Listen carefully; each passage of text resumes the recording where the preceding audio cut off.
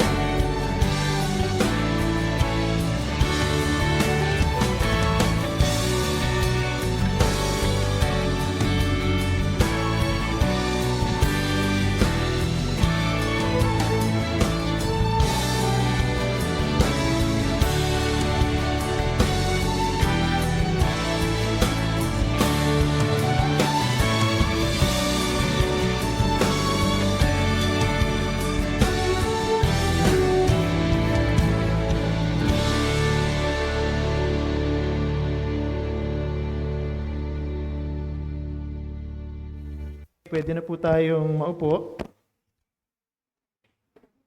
So natapos na po nating talakayin yung Unang uri ng pagdidisiplina, as I've discussed before, meron pong dalawang uri ng pagdidisiplina, no? Yung pong tinatawag na pagdidisiplinang nagpapaalala o yung tinatawag na o naghuhubog, no? Na tinatawag na formative discipline, at yung pong ikalawa ay yung disiplinang nagtutuwid o yung pong corrective discipline. So tapos na natin yung formative kind of discipline, ating pagtatalakay. At ngayon ay sisimulan natin sa part 1, yung pong disiplinang nagtutuwid. So pinamagatan natin itong pagharap sa kasalanan, disiplinang nagtutuwid, no? Part 1. Okay, so ayan. Yung pong disiplinang nagtutuwid ay maikukumpara po natin sa surgery o doon po sa pag-oopera ng mga karamdaman ng tao. So yung mga tao na hinihiga sa operating table at may mga doctors na tulong-tulong na gumagawa para isalba o di kaya naman ay pag-inamin pa ang buhay o kalusugan ng isang pasyente by removing certain objects na inside the body na hindi naman nakakatulong at pagbigay pa ng banta sa buhay ng tao, maaaring maging dahilan ng kanyang kamatayan. So we call that surgery. So yung pong disiplina na nagtutuwid o yung tinatawag na corrective discipline is like surgery, masakit, no? Kaya may anesthesiologist, no, sa operating room para hindi lalong mag-suffer yung pasyente, no, dahil meron na nga siyang karamdaman tapos pag ino-opera pa masakit ng gusto. Pero ganun pa man, pag nawala kasi yung pampamanhid after several hours, mararamdaman pa rin na may kirot at sakit, no? So bahagi na talaga ng surgery o pag-oopera ang sakit, kaya masakit siya. Delikado din, no? May mga surgery na minor, na hindi naman life-threatening. May mga surgery naman na talagang sinasabi na agad ng doktor na hindi ito biro at pwedeng malagay sa panganib ang buhay ng pasyente, pwedeng maging successful, at pag hindi naman naging successful, pwedeng ikamatay. Kahit na nasa operating room pa lang. Kaya delikado. At yung iba talaga, iniiwasan, no? Ayaw nila. Ganun po talaga ang surgery. Ganun din daw ang church discipline o yung corrective form of discipline. Pero hindi po dahil may mga ganyan, masakit, delikado at iniiwasan talaga, hindi na po gagawin ng isang iglesia ang magdisiplina ng kanyang mga miyembro. Kasi kailangan po itong disiplinang nagtutuwid para po ang iglesia ay maging malusog. Para mapanatili po natin yung kaayusan ng iglesia, yung kanyang unity, yung kanyang purity. So, bagamat may mga, sabihin natin, iniiwasang factor ang corrective form of discipline sa loob ng church, hindi ibig sabihin na hindi natin gagawin. Kasi, meron pong dulot na pagpapala sa iglesia ang pagsasagawa ng disiplina sa mga miyembro nito. At yun po yung pag-aaralan natin dito sa sunod-sunod na series na ito sa corrective form of discipline. Ang main idea po natin for this afternoon ay ito. Nais ng Diyos na harapin natin at mapanumbalik sa iglesia ng may pagmamahal ang mga kapatid na nahulog sa kasalanan. Okay, so sa issue ng corrective discipline, may mga kapatid na nahulog sa kasalanan. Yun yung kaibahan niya sa yung disiplinang unang uri na tinalakay natin na tinatawag na formative. Kasi sa formative, wala pong ina-address doon na isang miyembro na nahulog sa kasalanan.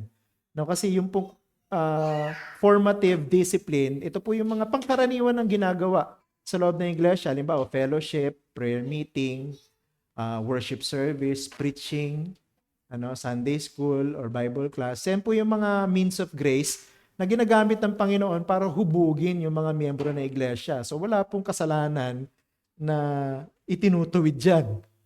Yung pong corrective discipline, meron pong kasalanan na tinutuwid sapagkat merong kapatid na nahulog sa kasalanan at nagpapatuloy sa kasalanan na yon. So yun po yung distinguishing characteristic ng corrective discipline. Kaya po may corrective discipline. May miyembro na hindi lang siya nahulog sa kasalanan pero nagpapatuloy siya sa kanyang kasalanan.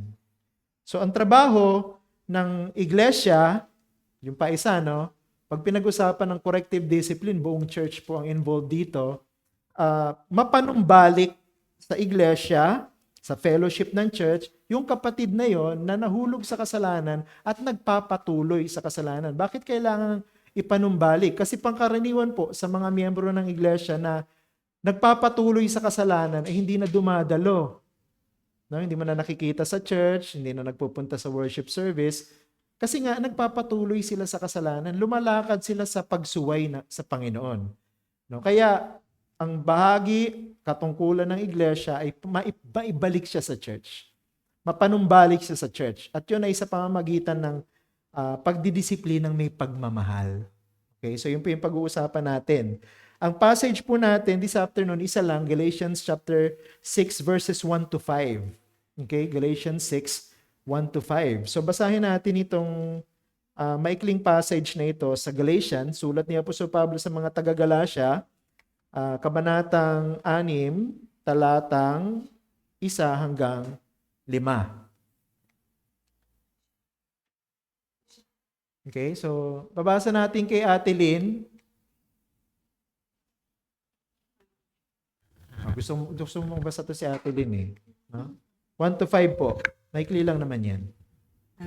Galatians 6:1. Mga kapatid, kung ang isang tao ay natagpuan na anumang pagsuway, kayo mga espiritual ay dapat panumbalikin siya sa espiritu ng kaamuan. Tingnan ninyo sarili, baka ikaw ay matukso rin. Dahil dalhin ninyo ang mga pasanin ng isa't isa at sa gayon ay matutupad ninyo ang kautusan ni Kristo. Sapagkat kung inaakala ng sino man na siya may kabuluhan, gayong wala naman siyang kabuluhan, ay dinadaya niya ang kanyang sarili. Ngunit subukin ng bawat isa ang kanyang sariling gawa at kung magkagayon ang kanyang dahilan upang magmalaki ay sa kanyang sarili lamang at hindi sa kanyang kapwa. 5. Sapagkat ang bawat tao ay dapat magdala ng kanyang sariling pasan. Yun. Maraming salamat po. So yan po yung ating babalik-balikan ng mga talata. So katulad ng ating laging ginagawa, meron po tayong nakahandang mga katanungan base sa mga talata at doon po iikot ang ating talakayan. So simulan na natin sa unang talata. Meron tayong ilang tanong dito. So yung po unang katanungan, anong turo, ano bang turo ni Pablo dito? At ito ba ay para lamang sa isang partikular na sitwasyon? O ito ba ay para lamang sa isang partikular na grupo? Dahil sinulat ito ni Apostol Pablo sa iglesia sa Galacia, ibig bang sabihin, yung itinuturo niya sa passage na ito ay para lang dun sa mga taga-Galacia? At para lang dun lamang sa issue na ina-address ng iglesia sa Galacia? Para lang ba sa kanila ito? Hindi ba pwede natin itong gamitin sa panahon natin ngayon? So anong sagot po ninyo? Ano yung turo muna ni Apostol Pablo? Ito ba ay para lamang sa isang partikular na sitwasyon o para sa isang grupo? Anong sagot? Oo, hindi. Para sa iglesia lamang ba sa Galacia yan? Para lang ba dun sa issue nila yan? Oo, hindi. Hindi. Okay? So kaya po ito isinulat sa Biblia dahil ito po ay ginagawa ngayon ng Diyos na pamantayan, hindi lang para sa iglesia sa Galacia, kundi sa lahat ng iglesia. At hindi lang para sa sitwasyon na hinaharap nila nung panahon na yon, kundi para sa lahat ng sitwasyon na hinaharap ng mga iglesia sa ngayon. So applicable po ito para sa lahat ng Christian churches at applicable po ito para sa lahat ng mga members ng mga Christian churches. So hindi lang po siya sumusulat sa isang particular na sitwasyon at particular na grupo. Kasi yung sinabi po sa verse 1, kung sino man. Wala naman binanggit dyan na kung ang mga miyembro ninyo sa iglesia sa Galacia o yung iba ay ina-identify ang pangalan kung sino yung kanilang dinidisiplina. Pero sabi dito, no, sa ESV, if anyone is caught in any transgression. So general principle, hindi po siya particular, hindi po siya specific para sa isang grupo. It's applicable to all. So ibig sabihin, ito pong Galatians chapter 6 verses 1 to 5, isa po ito sa ating guide pagdating po sa issue ng church discipline. So may mga principles po dito na paulit-ulit nating babalikan para i-apply sa ating sariling sitwasyon, sa ating sariling iglesia, kapag dumating tayo dun sa punto na kailangang merong disiplinahin. At ang panalangin ko mga kapatid, ay huwag sana tayong dumating sa punto na may didisiplinahin. Kasi kung dumating po tayo sa punto na merong didisiplinahin, nakahanda ang maraming prinsipyo sa Biblia para sundin natin. At yun yung pinag-aaralan natin dito. Okay? Verse 1 pa rin ng Galatians chapter 6. Sino? Ayon kay Pablo ang dapat kumilos kung ang isang kapatid ay nahulog sa kasalanan. Ano sabi sa verse 1? Meron bang tinukoy dyan? Kahit sino na lamang ba pwede? Na humarap at magtuwid sa isang kapatid na nabubuhay sa kasalanan? Ano sabi po dyan sa verse 1? Kayo na, ano sabi dyan? Kayo na mga espiritual. So meron pong tinukoy, meron pong qualification. So hindi lang pala basta-basta kung sino-sino yung pwedeng kumausap. Halimbawa, merong isang member na hindi na dumadalo. Tapos nabalitaan natin siya pala ay nabubuhay sa kasalanan. Iba-iba yung pwede niyang kasalanan. Hindi lang kasi sexual immorality. Marami pa kasing kasalanan. Halimbawa, lagi siya naglalasing. O kaya nalululong sa bisyo ng pagsusugal. Hindi na dumadalo, kaya lagi nasa sabungan, mga ganon. Halimbawa, hindi lang po basta kung sino-sino lang ang pwedeng kumausap dun sa miyembro na yon. Sinabi na po sa Pablo, dito po sa passage na ito, kayong mga espiritual. So meron po tinutukoy na specific group of people inside the church na binibigyan ng responsibility na mag-practice ng corrective discipline. Okay, hindi pwedeng sabihin ng isang member, ikaw kapatid, ikaw na lang ang kumausap. Hindi pwedeng ganun. No? O ikaw kapatid, ikaw ang inaatasan ng church na kumausap. Pinagdaanan ko na rin yan sa maraming iglesia. Kung sino-sino na lang inuutusan, ikaw ang kumausap doon. Mag-ingat po tayo sa ganun. At ang utos ng Biblia sa atin, malinaw. Sila lamang na mga espiritual ang pwedeng mag-practice or mag-execute ng disiplinang nagtutuwid. Okay? Sunod. Kasi may kinalaman po dito yung pangalawang katanungan. Anong ibig sabihin ng espiritual? Sabi niya po sa Pablo, kayong mga espiritual. Ngayon ang tanong, ano ibig sabihin ng espiritual? Pangkaraniwan kasi ang kaisipan ng mga tao sa espiritual, yung masyadong relihiyoso. Alam mo yon, pagka pumupunta sa church, naka-barong na long sleeves, ang Biblia niya malaki at makapal, ang buhok niya ay nakapumada. Yun ang spiritual, panlabas ang pamantayan ng pagiging spiritual. Hindi po yun ang ibig sabihin ng spiritual. Dito po sa passage na ito. Basahin natin Galatians 5:16-21. Ito, dito tinutukoy ni Apostol Pablo kung ano ibig sabihin ng spiritual. Okay? Basahin natin. Pabasa natin kay Shemaiah. Shemaiah pala. Galatians 5:16-21. Subalit sinasabi ko, lumakad kayo ayon sa Espiritu, at huwag ninyong bigyang kasiyahan ang mga pagnanasa ng laman. Sapagkat ang laman ay nagnanasa laban sa Espiritu, at ang Espiritu ay laban sa laman. Sapagkat ang mga ito ay laban sa isa't isa, upang hindi ninyo magawa ang mga bagay na nais ninyong gawin. Subalit kung kayo'y pinapatnubayan ng Espiritu, kayo ay wala sa ilalim ng kautusan. Ngayon ay hayag ang mga gawa ng laman. Ang mga ito ay pakikiapid, karumihan, kahalayan, pagsasamba sa Diyos-Diyosan, pagkukulam, alitan, pagtatalo, paninibugho, pagkagalit, pagkamakasarili, pagkakabahabahagi, mga pagkakampi-kampi, pagkainggit, paglalasing, kalayawan, at ang mga katulad nito. Binabalaan ko kayo gaya ng aking pagbabala noong una sa inyo, na ang mga gumagawa ng gayong mga bagay ay hindi nagmamana ng kaharian ng Diyos. Matindi yung sinabi ni Apostle Paul, no? In-enumerate niya yung mga gawa ng laman. Interesting, ano?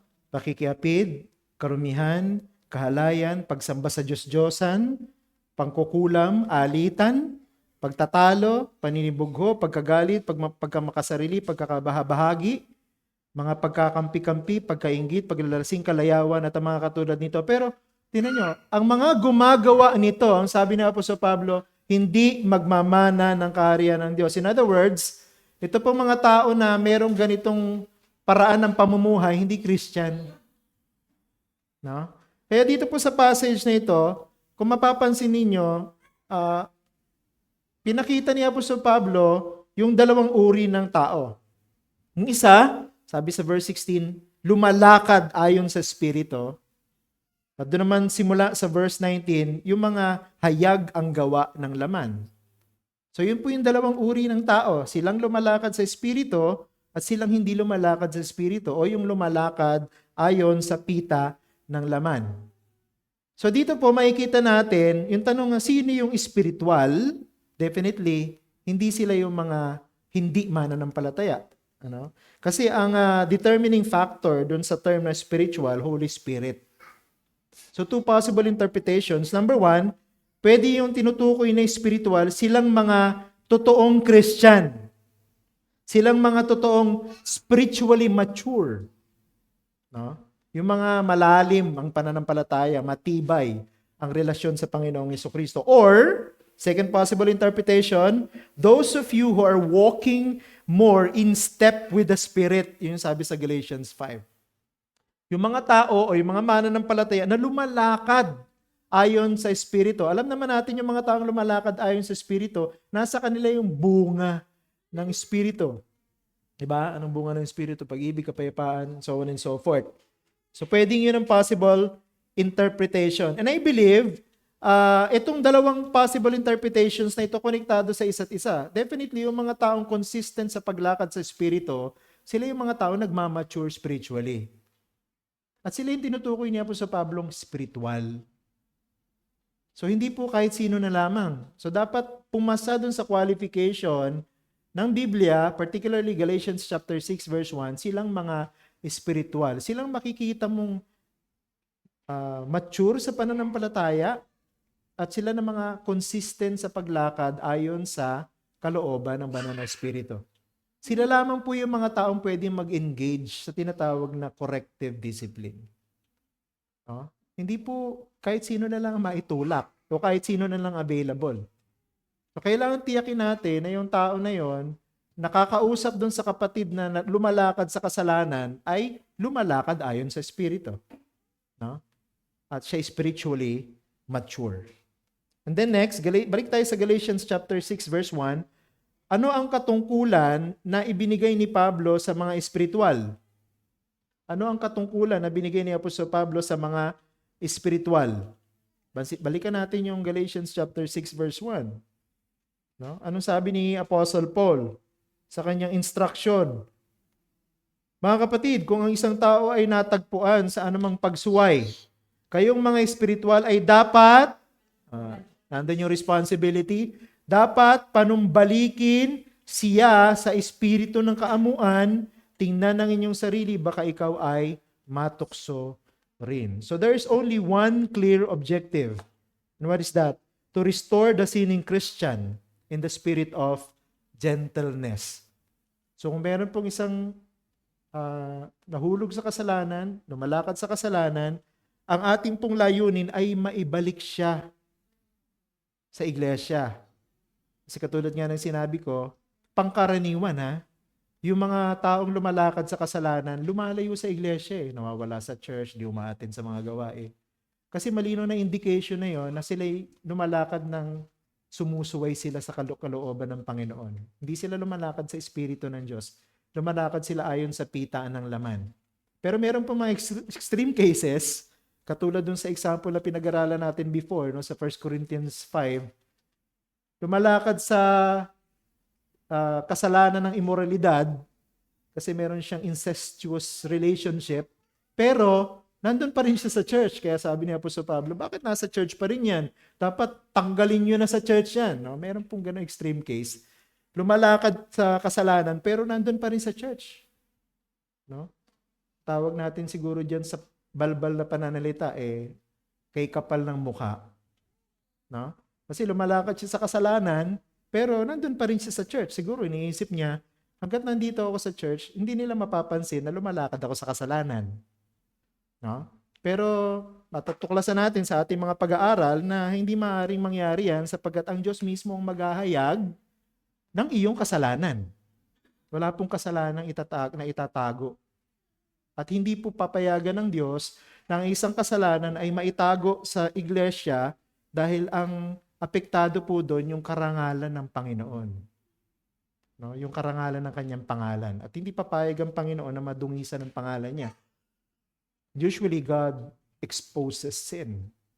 No? Kaya nagkakaroon ng corrective discipline. Pa-take note, yung pamamaraan po ng pagre-restore dito ng isang lumalakad sa kasalanan in the spirit of gentleness. Ganun talaga dapat, no? Pag yung isang kapatid ay nagpapatuloy sa paglakad sa kasalanan at nawawala na sa fellowship ng church, silang mga spiritual, dapat ang kanilang pamamaraan ay mahinahon, may pagmamahal, no? Kasi ang purpose natin is ma-realize nitong mga kapatid na ito na sila ay lumalabag sa gusto ng Diyos at magsisi sila. Ayun ang ating Parang yun, yung ginamit pong salita dito na gentleness, sabi sa original language, para siyang, alam mo yun, yung pagre-restore ng isang butong na bali. No, it can be a clinical term. Diba, yung buto pagka nabali, hindi naman ganun ang pagbabalik mo niyan eh. Baka masipa ka, no? Na hinihilot mo, kaya yung ginagamot mo. So, dahan-dahan. Dahan-dahan talaga yun. Yun yung idea ng gentleness. Dahan-dahan. Dahan-dahan mo maibabalik sa tamang posisyon yung buto. Or, pwede rin daw yung pagtatahi ng lambat. No? Pagka, alam niyo yung lambat kasi ayan ay pinagtahi-tahi na na mga string na maninipis. Pagka may napupunit diyan, tinatahi yan. Pero ang pagtatahi niya ay dahan-dahan. Kasi pagka binigla mo, imbis na maayos yung lambat, lalong masira. Kaya yun din yung idea ng ginamit na salita ditong restoring in gentleness. So, yung pong palang corrective discipline ay ganun pala dapat mahinahon, dahan-dahan, hindi minamadali. Minsan, ilang panahon ang dadaan bago ma-realize ng kapatid na yun, kung totoong Christian siya, na ay nagkakasala nga ako sa Panginoon, magsisisi ako at babalik ako sa church. Pero dahan-dahan yun. Hindi porket kinausap mo siya na 1-2 beses, okay na. Minsan matagal, minsan nga maraming kumakausap, no? Iba-iba yung kumakausap sa kanya, kapatid. Gumagawa ka ng kasalanan, lumalabag ka sa Panginoon, magsisi ka sa kasalanan mo. Paulit-ulit yun, babalik ng babalik hanggang sa lalabas na lang yung totoo sa huli na kung totoong Christian siya, magsisisi siya. Kung talagang hindi siya Christian, magpapatuloy siya sa kasalanan na yun. Then eventually, yung process ng discipline, magpo-progress siya hanggang sa ma-excommunicate kung talagang unrepentant siya until the end. Next, tingnan natin yung 1 Corinthians 5:6-7. Ito yung isa ring bahagi ng New Testament na may kinalaman sa church discipline. Bakit mahalaga ang pagdidisiplina ng nagkakasala sa kalusugan ng iglesia? So this time, we're not going to focus on the issue being disciplined. Pero titingnan natin sa verses 6-7 yung reason why we need to discipline. Basahin natin yung 1 Corinthians 5:6-7. At ikata, Pwede po, pakibasa po yung unang Korinto 5, 6 hanggang 7.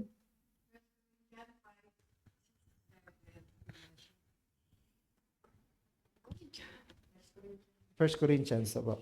Hindi mabuti ang inyong pagmamapuri. Hindi ba ninyo nalalaman na ang kaunting pampalsa ay nagpapaalsa sa buong masa? 7. Alisin ninyo ang lumang pampalsa upang kayo maging bagong masa. At kung paano kayo ngayon walang pampalsa, sapagkat si Kristo ang kordero ng ating Paskwa ay inilagay na, ay naialay na. Okay, salamat po. So, ang ginamit pong larawan dyan ay pampaalsa. Alam niyo yung pampaalsa? Yeast. Diba? Pag nilagay mo yan sa isang masa, tapos kinover mo siya, halimbawa, ilang oras o kaya overnight, umaalsa siya. So, yun yung purpose ng yeast, no? Pampaalsa siya ng masa. Halimbawa, nagbe-bake ka ng tinapay, gusto mo siyang dumami, lalagyan mo ng yeast. So, yun po yung ginamit na larawan ni Apostle Paul to describe sin inside the church.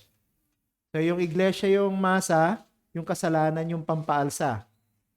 So, sinabi ni Apostol Pablo dyan, kung yung pampaalsa ay nananatili sa loob ng iglesia, ang mangyayari dyan, pagka nanatili itong hindi na itutuwid, kakalat. So, meron pong ganong epekto yung kasalanan sa loob ng iglesia. Tulad ng binanggit ko kanina, di ba? Merong mga nagpapatuloy sa kasalanan pero nandun pa rin sa church. Alam na ng maraming miyembro sa church o alam na ng buong church na siya ay nagpapatuloy sa kasalanan pero ayaw niya magsisi. May epekto po yun sa buong church eh. No? Marami pong complication yun. Katulad ng pampaalsa. Kumakalat po yan sa buong masa. So kung ang kasalanan po ay hindi maiko-correct, it will spread through the whole body, the whole church. At ang magiging consequence po niyan, yung kalusugan ng iglesia. Kasi mag-i-struggle lahat eh. At manganganak ng kasalanan. Halimbawa, merong miyembro na sumusuway, ayaw niya magsisi.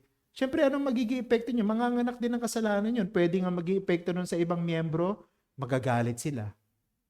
Pwede magiging epekto nun sa ibang miyembro, tawag dito, mawawalan sila ng pagtitiwala sa iglesia, magkakaroon ng division yung iglesia, and so on and so forth.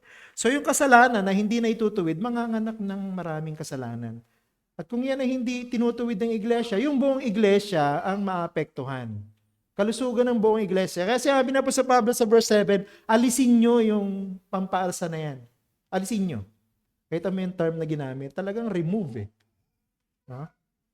Hindi ko lang alam kung paano nire-remove ang yeast sa isang masa. I don't think you can remove it anymore, no? Ewan ko, baka mali ako. Kaya ang ginagawa ng iba, bumubuo na lang ng bagong masa na walang pampaalsa. But the point here is, kung merong kumakalat na kasalanan at nanganganak ng maraming kasalanan sa loob ng iglesia, dapat tanggalin yon. And the purpose or the procedure para tanggalin yon, corrective discipline. O, kailangan disiplinahin yung nagkakasala.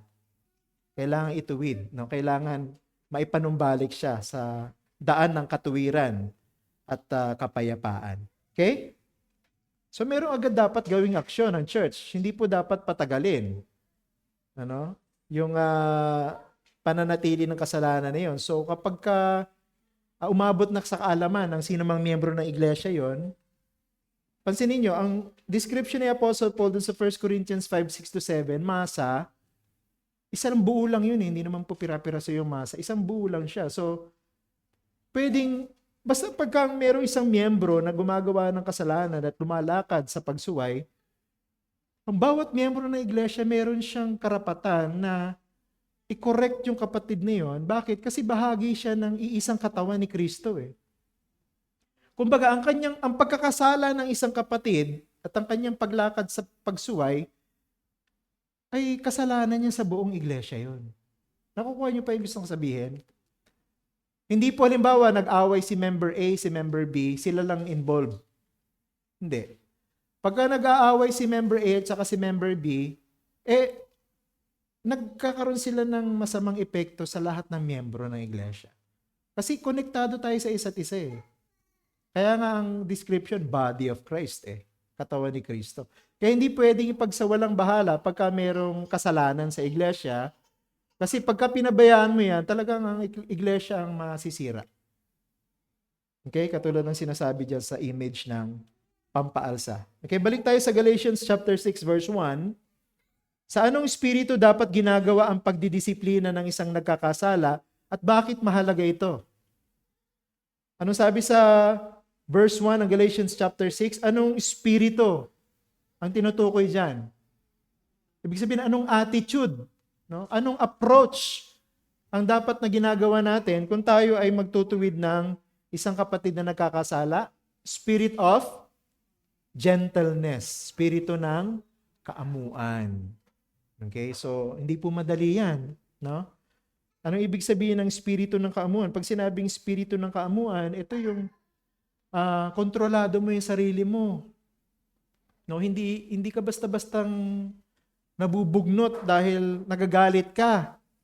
No? Kaya yung qualified lamang silang mga spiritual kasi sila lamang mga lumalakad sa Espiritu Santo, sila lamang na mga mature sa kanilang pananampalataya ang magpapakita ng kaamuan. Hindi mo kasi pwedeng pilitin yung nagkasala na dahil kinausap mo, dapat magsisi na siya agad. No? Dapat bumalik na agad siya sa Panginoon. Kailangan ng patience din. No?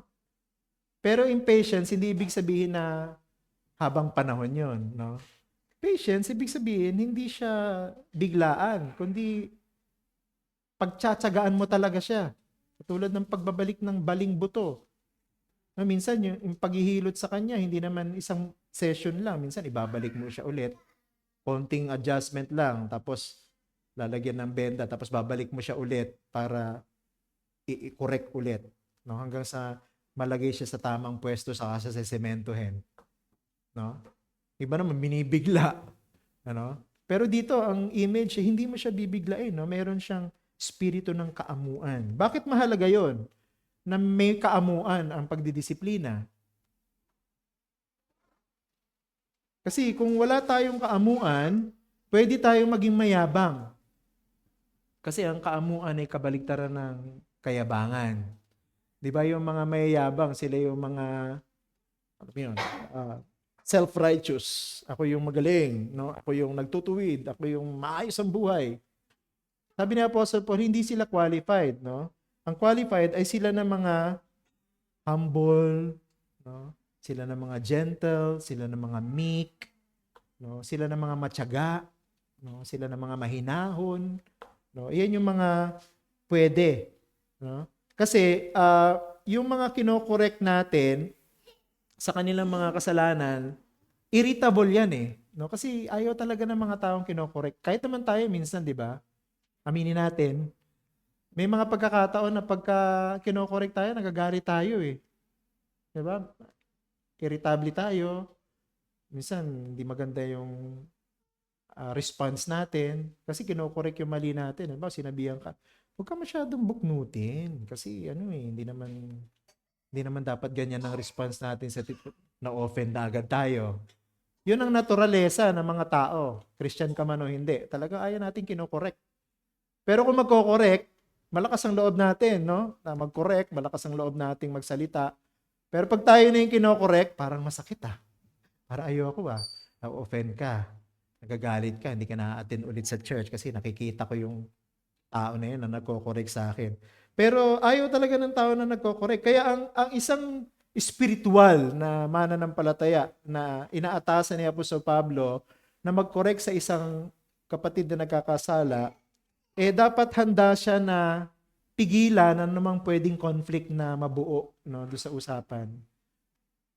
Dapat siya yung tao na pag nakikita niya na medyo irritable na, hindi mo na ipipilit. Sige, mag-usap na lang tayo ulit sa susunod na araw.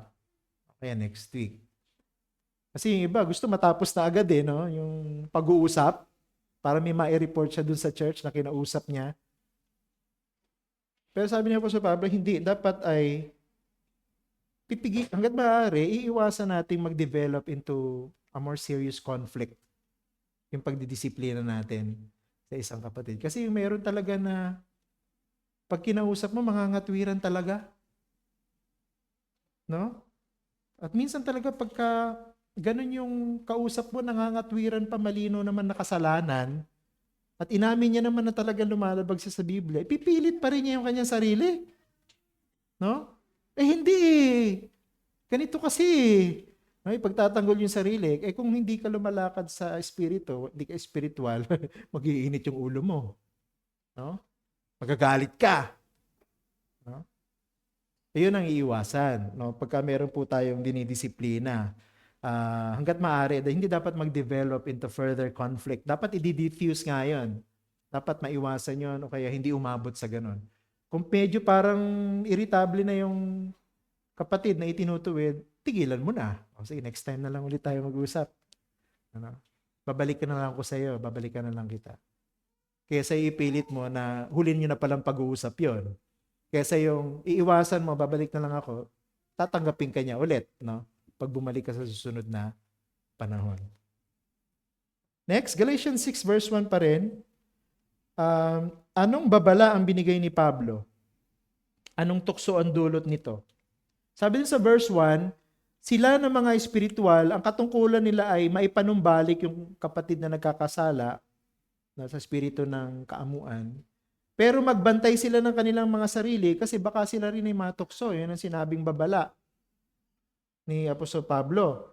Baga ikaw, napupunta dun sa kapatid para siya ay ituwid, mag-ingat ka kasi baka mamaya mahulog ka sa tukso. Ngayon, anong tukso yun? No? Pero ang dalawang possible interpretation dyan. Number 1, pwedeng mahulog ka dun sa kasalanan na kinahulugan niya. No, pwedeng, halimbawa, nag-uusap kayo. Ang offense niya, ano siya? Chismosa siya. Marites. Tapos, nilagay ng Panginoon sa puso mo yung burden na i-correct siya sa kanyang kasalanan ng pagiging marites. Lalo na't mga miyembro pa sa loob ng iglesia ang kanyang minamarites. Pwede ka mahulog din sa tukso ng pagiging marites. Baka mamaya nag-uusap kayo, yung pala ang nangyayari na sa pag-uusap nyo, nagchichismisa na rin kayo. Pwede na defeat na yung purpose mo. Kung bakit ka pumunta sa kanya.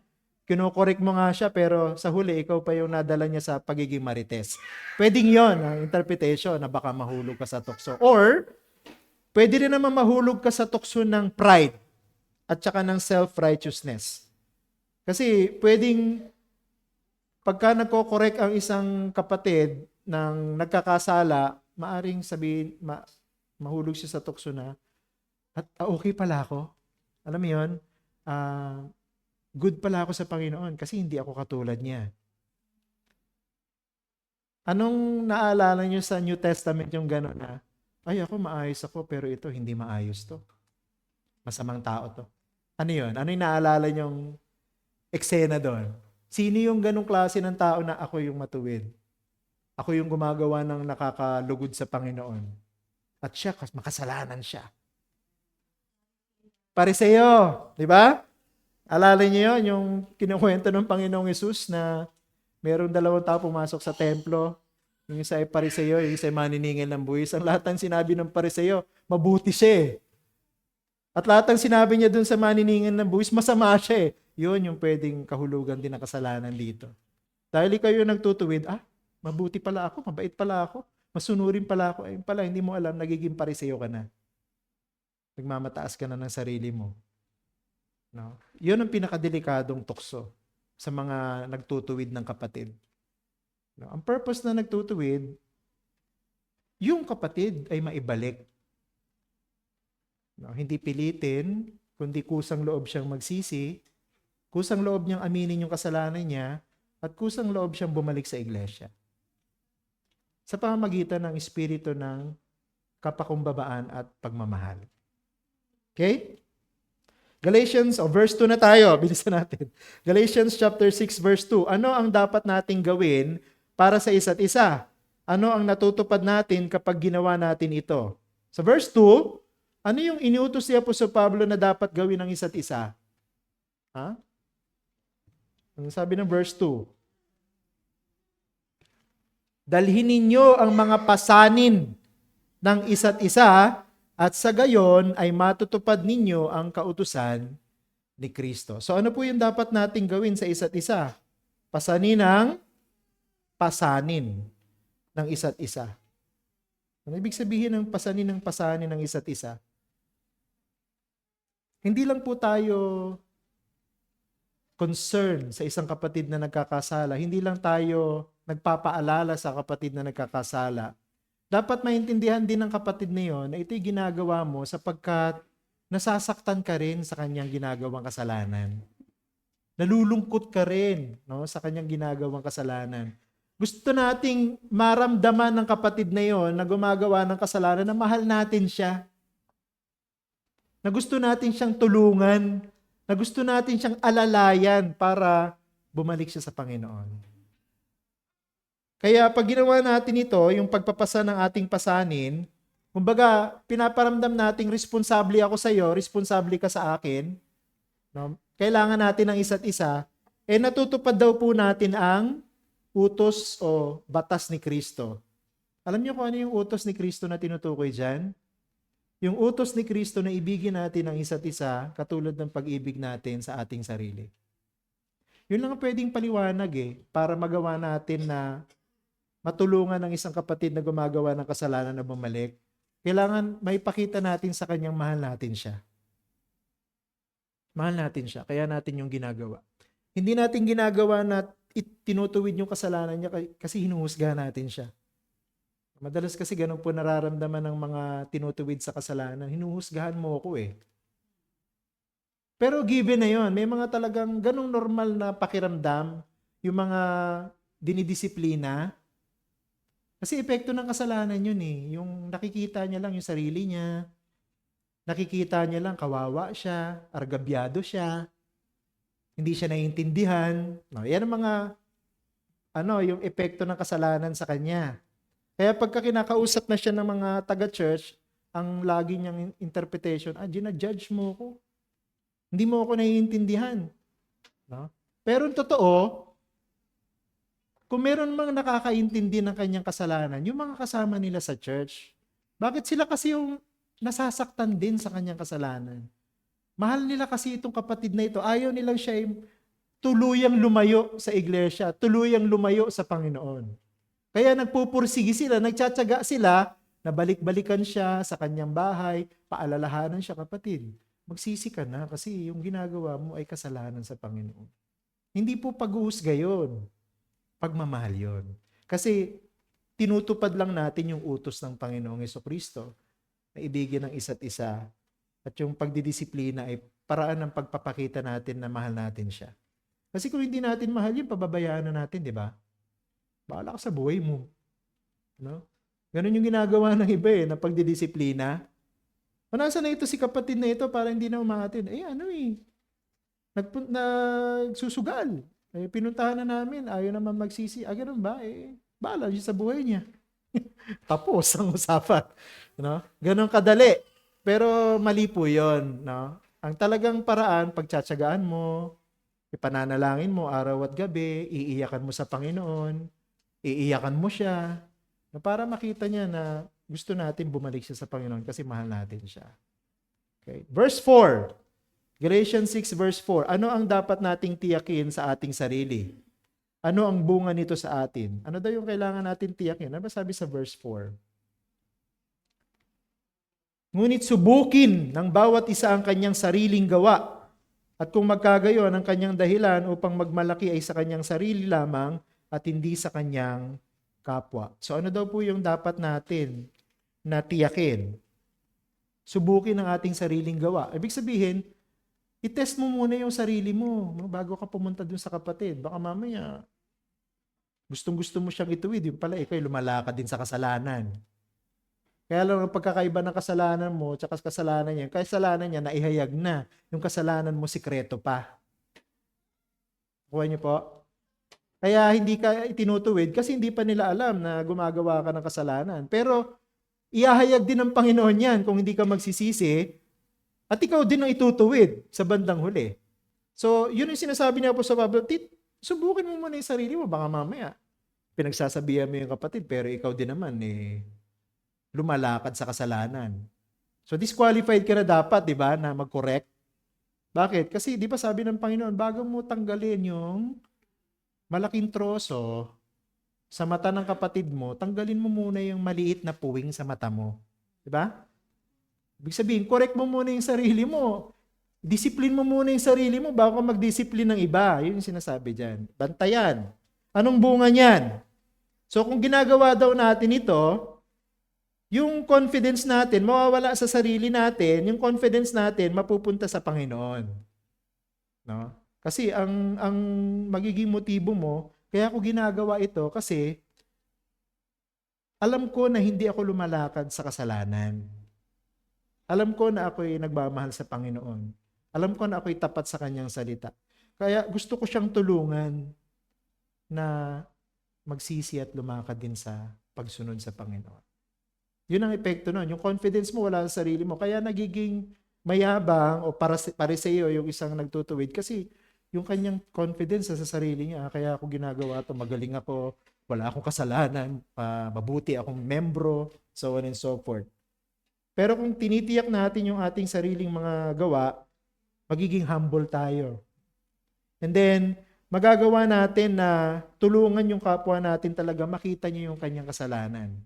Kasi kung ikaw meron ka din ginagawang kasalanan, paano mo makikita yung may papakita sa kapatid din yung kasalanan niya, 'di ba? Ironical 'yun, sabi ng Panginoon.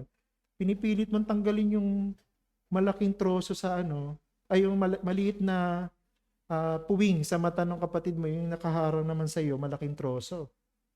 Paano mo magagawang tanggalin yung maliit niyang puwing kung hindi mo makita? O mo 'yun? So tanggalin mo muna yung nakaharang sa iyo, para matulungan mo yung kapatid mo na matanggal niya yung problema niya o kasalanan niya sa kanyang sariling buhay. Last po, 1 Peter. Ito 1 Peter 4:8. Pakibasa ng 1 Peter 4:8. Si Rose Ann. And then Ephesians 4:32. Si Paul. Okay, last two verses. 1 Peter 4:8 muna.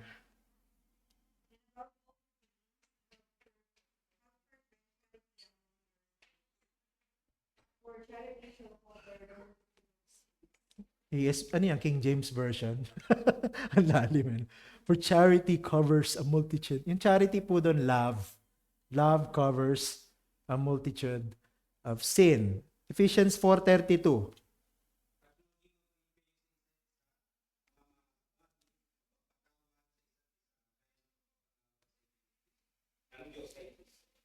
Okay, salamat. So yung tanong nating una, dapat ba lahat ng kasalanan ng ating kapwa ay didisiplinahin? Dapat ba lahat ng kasalanan dinidisiplina? Ha? Lahat ba ng kasalanan? Hindi eh. No? Technically hindi. Kasi sabi sa 1 Peter 4:8, mayroong mga kasalanan na pwedeng takpan ng pagmamahal. Ano ibig sabihin nun? Hindi mo na dapat palakihin. No? Hindi mo na dapat usisain. Kasi ano lang siya minor lang siya na issue. Halimbawa, ano ba ang pinakamagandang halimbawa dyan? Medyo mahirap magbigay ng example. Pero may mga sitwasyon na hindi na dapat pagtuunan ng masyadong pansin kasi lalo nagiging komplikado. Alam niyo po yung ibig sabihin? Minsan may mga kasalanan na hindi na dapat panghimasukan pa ng iba kasi pwede na lang natin ipanalangin. No? Kasi ang Panginoon naman ang magre-reveal sa kanya nun. Kasi kung tutuusin, hindi naman siya yung kasalanan na nakakasira sa church. No? Parang hirap kasing magbigay ng isang specific example. No? Baka magkamali ako. Pero yung principle is simple. May mga kasalanan na pwede na nating kumbaga lawakan yung pangunawa natin doon sa kapatid na yon. At ang Panginoon sa kanyang tamang panahon ang magpapakita sa kanya ng kanyang kasalanan. So, siguro, papakita ng Panginoon yan sa kanyang devotion. Okay, i-reveal ng Panginoon sa preaching. So, anong gagawin natin? Pag-pray na lang natin siya na sana makita niya yung point ng Panginoon sa kanyang salita regarding dun sa kanyang offense. Okay? And then, ano ang tamang gawin ng isa't isa? kailangan meron tayong discernment, no? Kung hindi lahat ng kasalanan ay dapat disiplinahin, dapat alam natin kung ano yung kasalanan dapat disiplinahin, alam natin kung ano yung hindi naman dapat disiplinahin. Hindi natin dapat kinukumpronta ang lahat ng Kristiyano na sa palagay natin ay gumagawa ng kasalanan. Hindi tayo dapat maging confrontative, dapat maging loving tayo. Dapat maging restorative tayo. Kaya lang dito po kasi sa Galatians chapter 6 verse 1, yung po kasing senaryo dito, I think merong isang Kristiyanong miyembro ng church na yun na may isang seryosong kasalanan na dapat talagang ayusin. No? Hindi naman binanggit ko anong kasalanan, pero posible na yung kasalanan na yun, isang kasalanang hindi pwedeng baliwalain, hindi pwedeng takpan ng pag-ibig. Kasi pag tinakpan mo ng pag-ibig, ang lalabas, kinukonsinti mo na yung kasalanan niya. Nakuha niya yan? Halimbawa, nangangalo niya na siya. Sabihin, ay, kasama yan dun sa tatakpan natin ng pag-ibig. Eh, kukonsinti mo na yung kanyang pangangalo niya pag ginawa mo yun. Hindi na po yung sakop ng 1 Peter 4:8. Ano? Hindi na po yun. Ang sakop na po doon, Galatians 6:1, kailangan na i-correct yun gently. No? Para ma-restore siya. Nakuha niyo po yun?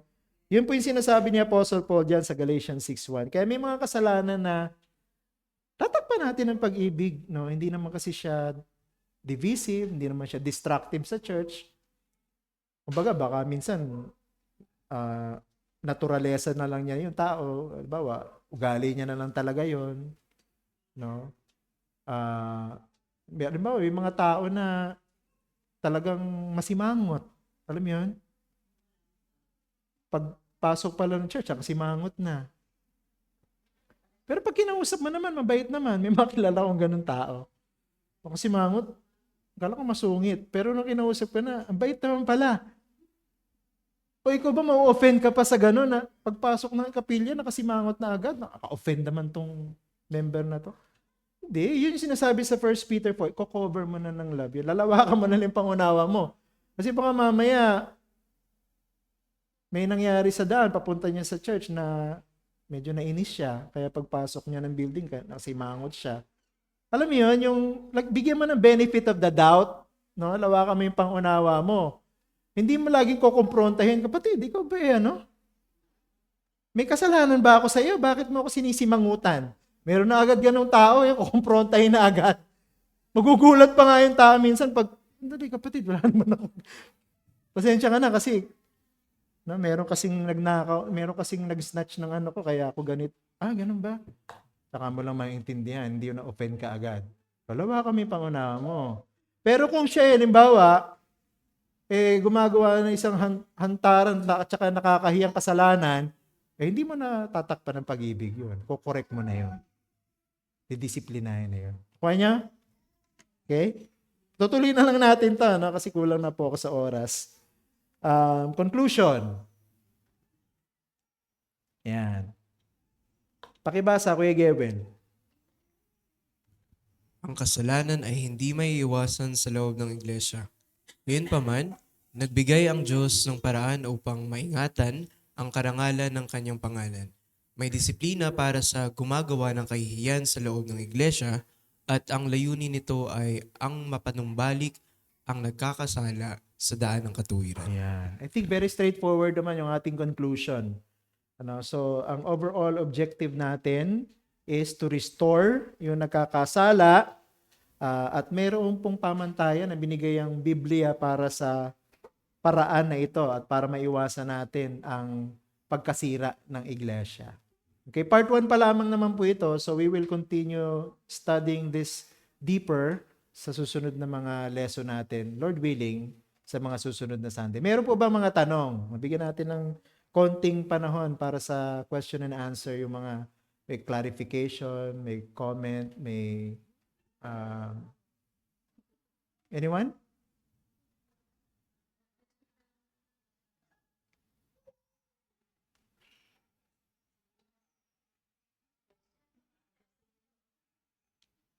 Parang kayo nagtatanungan sa isa't isa. Ayaw niyo akong tanungin. Wala? May tanong ba? Okay, so, Paul,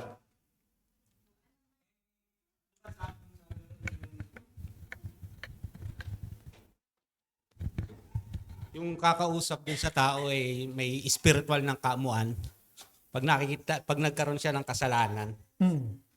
Paano kung halimbawa, Pastor, yung, di ba sabi rin sa Matthew na pag nagkasala sa yung kapatid ka, usapin mo.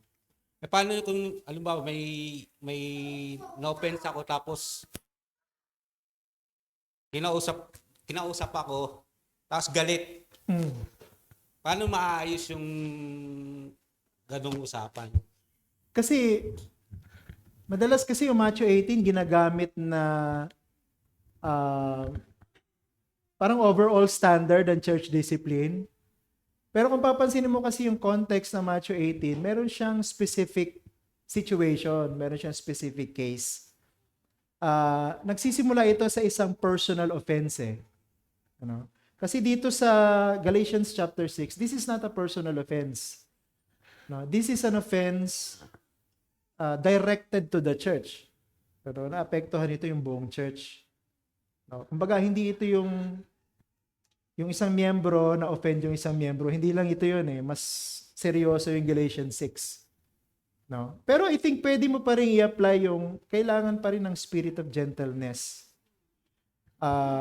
Doon sa Matthew 18, siya na na-offend ang dapat magsabi doon sa naka-offend.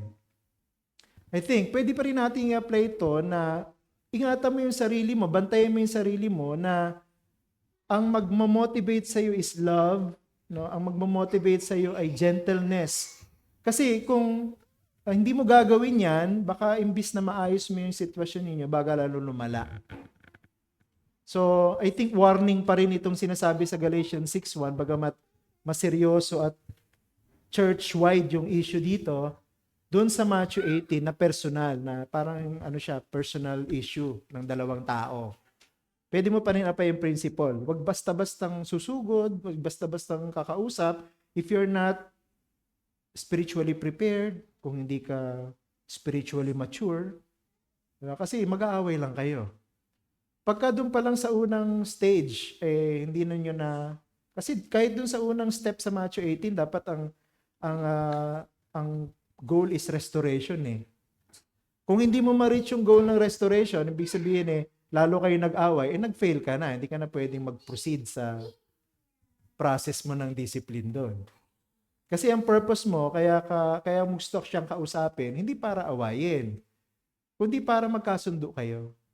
Now, if you're not prepared to do that, wag mo na munang gawin. Baka siguro pag-pray mo na muna, o kaya humingi ka ng payo sa mga spiritually mature sa church mo, pastor mo, anong gagawin ko?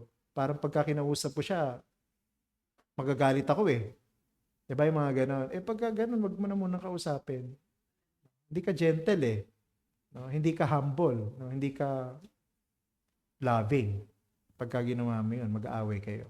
Yun ang sagot ko dyan. No? At pagka mayroong lumalapit sa iyo, sasabihin sa iyo, yung kasalanan mo, tapos aawayin ka, pwede mo naman pigilan yun.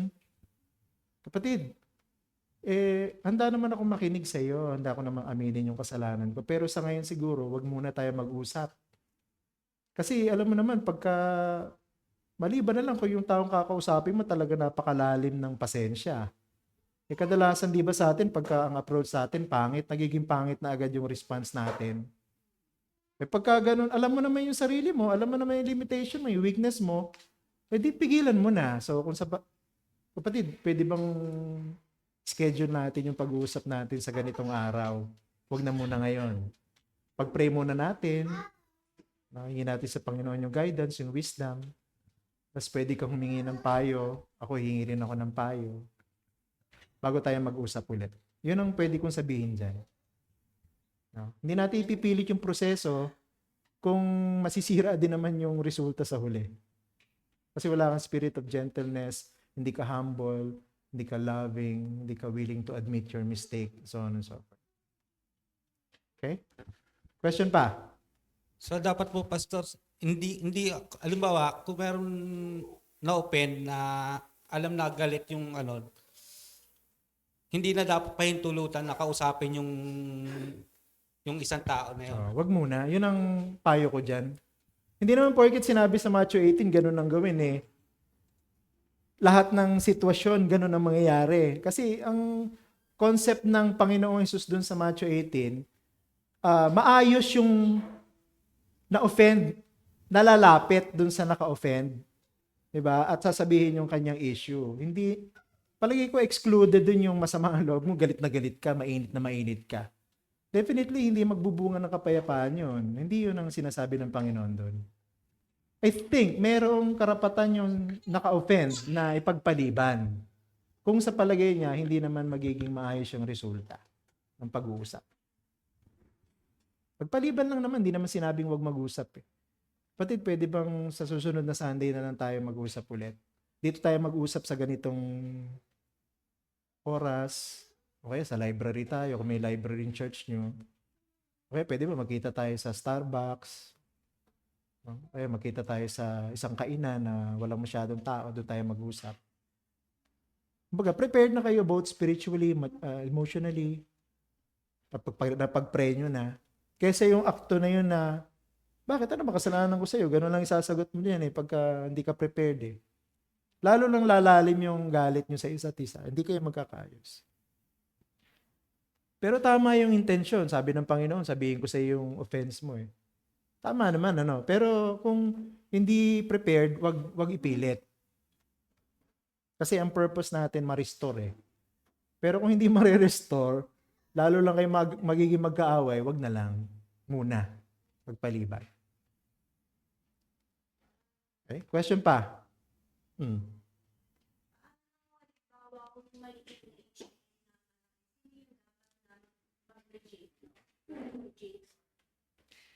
Sabi mo, all members are, pwede din silang Tama nga, dapat nag-mic ka para narinig mo. Again, depende. Kung yung issue ay involve lang, alimbawa, 2 tao, Matthew 18, process na susundin natin. Kasi ano lang yun, private yun no?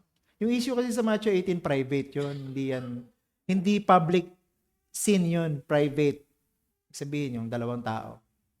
Karoon sila ng hidwaan.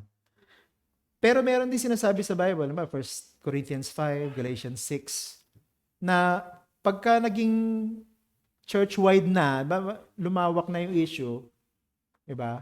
So doon, malinaw na may mga qualified na pwedeng mag-correct, mga spiritual na miyembro ng iglesia. So hindi lang isa, pwedeng marami siya, grupo siya ng mga matured Christians, spiritually led believers na miyembro ng church para i-address yung issue na yun.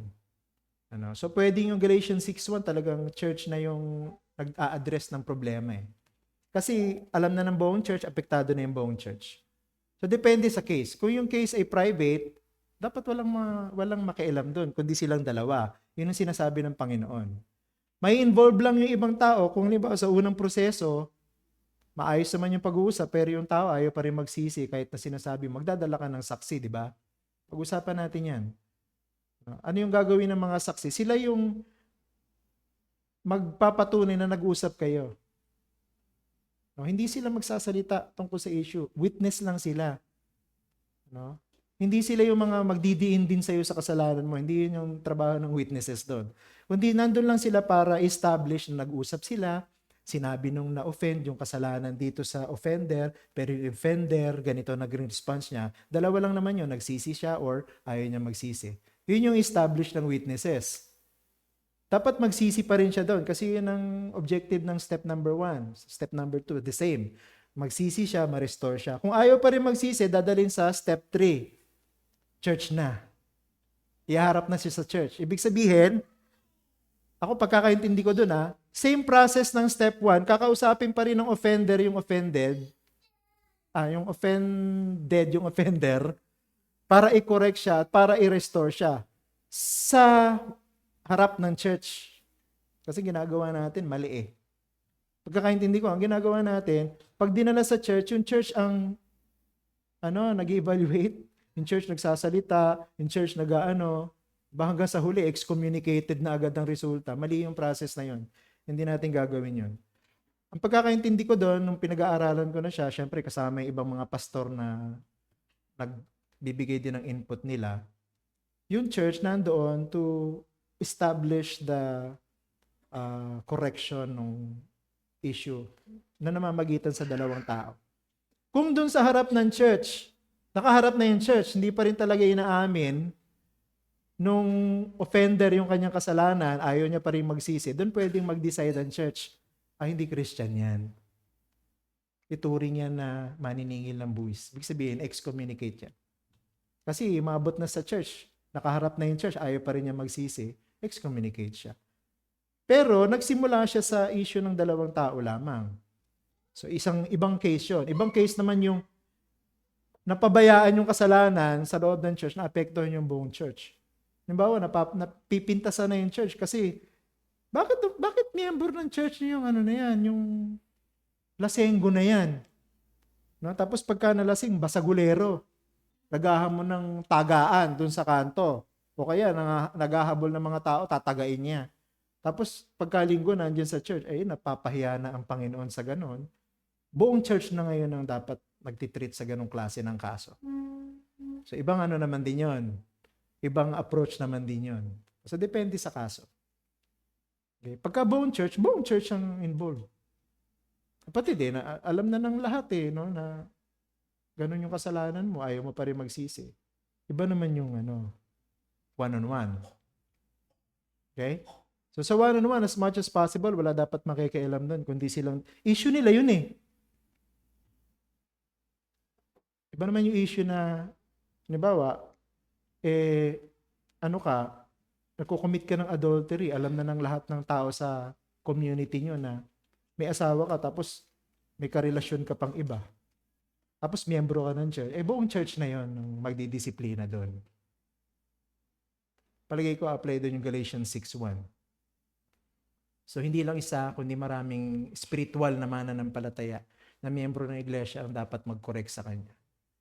Pag-aaralan pa natin yung mga process as we continue this topic. Meron pa?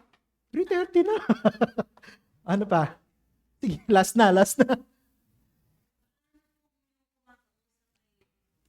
naman siyang kaabuan, gentleness naman siya. But yung ginagawa niyang pag-usap is unbiblical. Paano niya mapapapayag? Ano to? One-on-one? Matcha 18 to? Dalawang tao lang? Ano to? Maraming involved? Pero ang kanyang approach ay hindi biblical? Dapat yan? Para sa akin, pagka buong church na ang involved, buong church na yung nagko-correct, tapos hindi biblical yung pamamaraan, dapat merong pamamagitan ng pastor dyan. Kasi church na yan Bilang leader ng church, dapat ikaw ang maglagay ng order. Ikaw ang maglagay ng kaayusan. Pagka hindi na sa Biblia yung pamamaraan, iko-correct ng pastor yon. Sandali lang po mga kapatid. Hindi na po sangayon sa Bible yan ginagawa natin. Balik tayo sa Bible. Ito yung ganon. Pero ng pamamagitan yung pastor doon. Kasi involved buong church Pero kung sa pagitan lang ng dalawa ito, hindi pwede manghimasok ang pastor doon kasi it's a private issue Palagi ko papasok lang ang pastor doon pagka umabot na sa iglesia. Step 3 na yon ng Matthew 18. Kanya, iba yung church-wide, scandalous sin, alam na ng lahat ng tao sa labas ng church, iba naman yung sikretong kasalanan sa pagitan ng dalawang tao na pinipilit iayos. May proseso para doon, may proseso para doon sa isa. Okay? So, hindi basta-basta lahat ng pagdidisiplina, pangimasukan ng pastor. Very stressful kaya yun. At hindi ko pwedeng gawin yun. May sakit na nga ako stressin ko pa yung sarili ko. Tsaka matatanda na tayo. So, ayusin yung dalawa yung issue nyo. Pagka dadalhin sa akin yan at anong proseso na yung sinusunod nyo, ay nasa step 1 pa lang kami. Ayusin nyo muna sa inyong pagitan nyo. Hindi mo na ako papasok dyan. Spare me the stress. Pagpe-pray ko na lang muna kayo. Ganun nasasagot ko. Pero alam niyo yung prinsipyo ng Bible, alam niyo yung utos ng Bible, alam niyo yung dapat na resulta, alam niyo yung dapat gawin. Yun lang pwedeng sabihin ng pastor. Pero kung halika, umupo tayo. Ano ba ang problema? Ano na yun? Nangihimasok na yung pastor pagka ganon. No? Lagpas na yun sa kanyang katungkulan. No? At nilalagyan niya yung sarili niya ng masyado maraming stress. Okay, salamat. Ay, meron pa rin? Sige. Bawa yung dalawang si A and B, tapos si B, nag-admit siya ng kasalanan niya. Hindi siya nagtawad. When si A, hindi siya nag-admit ng kasalanan niya na confident pa rin siya sa sarili niya na wala siyang kasalanan. Sandali. Sino yung A? Siya ba yung offender o offended? Sino yung B? Kasi kung may A and B, dapat isa doon offender, isa offended.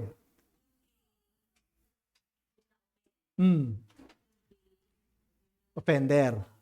Sino yung ayaw umamin? Yung na-offend? Hindi, siya nga yung nagsasabi sa offender na na-offend siya eh. Kaya niya kinakausap si B kasi gusto niya sabihin, nagawan mo ako ng kasalanan o natisod ako sa'yo. Yun yung step nun. Ito yung ginawa mo.